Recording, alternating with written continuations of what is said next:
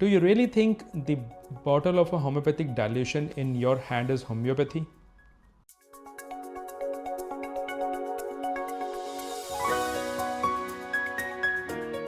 Hello friends, I am Dr. Saurabh Arora, and today I have a question for you.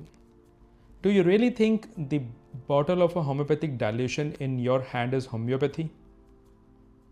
Now let us try to rethink, revisit the facts and try to learn the difference between the high dilution, ultra high dilution and homeopathy. Before moving further into this concept, let us try to revisit the history for next few seconds. How this solution turned into a dilution.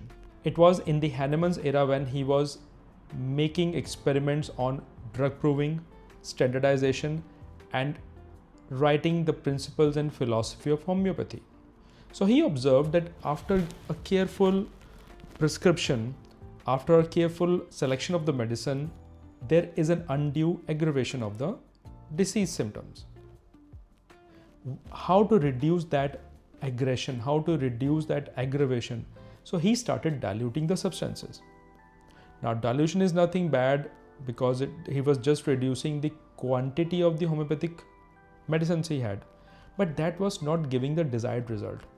So gradually he started shaking them vigorously, giving strokes. This was the turning point when the solution converted into a homeopathic dilution, because the potentization process was able to induce certain physicochemical changes which we have established today. Now these solutions were obviously prepared according to the process he later termed as potentization, which included trituration and succussion. But this potentization was the key point which changed the fate of the homeopathy.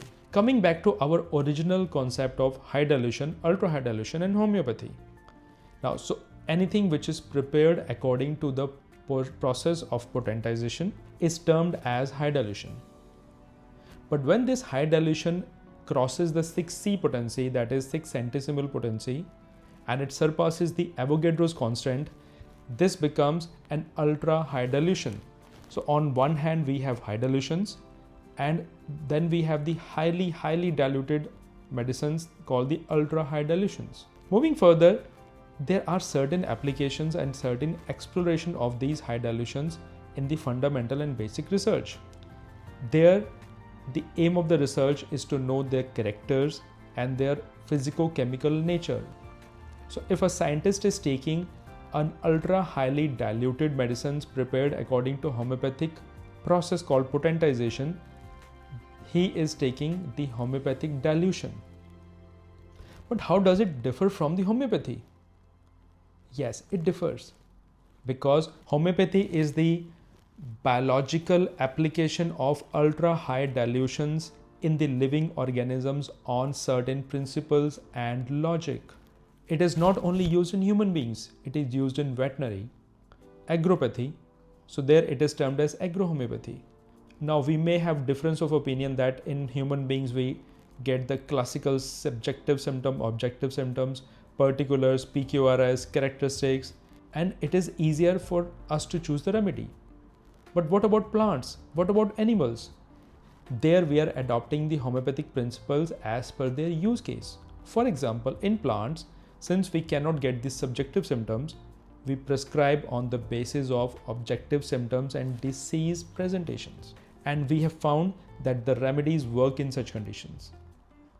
In animals, we may have subjective feelings, but we rely mostly on our observation, feelings, and objective signs and symptoms.